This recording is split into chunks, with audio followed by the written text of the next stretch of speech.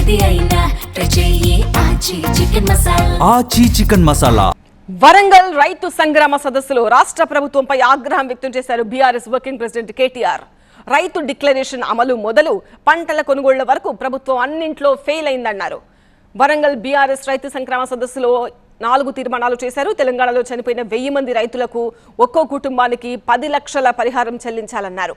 రైతు డిక్లరేషన్లోని 34 హామీలను అమలు చేయాలి. ఇలాంటి కండిషన్లు లేకుండా పంటలు కొనుగోలు చేయాలి. రైతులకు పెట్టుబడి సాయం మొత్తం వెంటనే అందించాలి అనే తీర్మానాలను సభలో ఆమోదించారు. రైతు బంధు ఎగ్గొట్టారని తీవ్ర స్థాయిలో మండిపడ్డారు కేటీఆర్. కేసీఆర్ టెన్షన్గా ఇచ్చిన పెట్టుబడి సాయం ఇప్పుడెందుకు ఇవ్వలేకపోతున్నారని ప్రశ్నించారు. రైతు బంధు నాపిన దివానాగాడు ఎవడు? రైతు బంధు నాపిన దివానాగాడు ఎవడు? మరి ఇప్పుడు అన్నాడు కదా ఆయననే దివానాగాళ్ళమా మేము బంద్ చేస్తామా అన్నాడు. నేను అడుగుతున్నా ఇయ్యాల, అరే హౌలా, అరే దివానా, ఎందుకు బంధు పెట్టినవురా రైతు బంధు?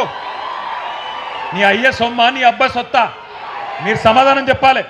ఇవాళ 3 సార్లు రైతు బంధు ఎగ్గొట్టిన దివానాగాడు ఎవడు? ఎవడు? నేను పడతలేదు తమ్మి. రైతు బీమాను బొందబెట్టిన హౌలాగాడు ఎవడు? 2 లక్షల రుణమాఫీ చేయని దివానాగాడు ఎవడు? 500 బోనస్ ఎగ్గొట్టిన ధోకేబాజ్గాడు ఎవడు? పంటలు కొనుగోలు చేయని బట్టెబాజ్గాడు ఎవడు? పక్కానా కేసులు పెడతాడా?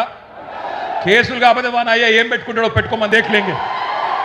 నేను అడుగుతున్నా, నీయేటువంటి బట్టెబాజ్ మాటలు మాట్లాడి ధోకేబాజ్ పనులు చేసి ఇవాళ గద్దెనెక్కి కూర్చొని యాడున్నవరా అయ్యా అంటే రైతు వారోత్సవాలను పెట్టిండు. ఈయననేమో ఢిల్లీలో పోయి పండుకున్నాడు. ఎవరు? రేవంత్ రెడ్డి. ఎక్కే విమానం దిగే విమానం తప్ప పీకింది ఏమున్నది? 69 సార్లు పోయిండు ఢిల్లీకి. 69 పైసలు తెచ్చినవా?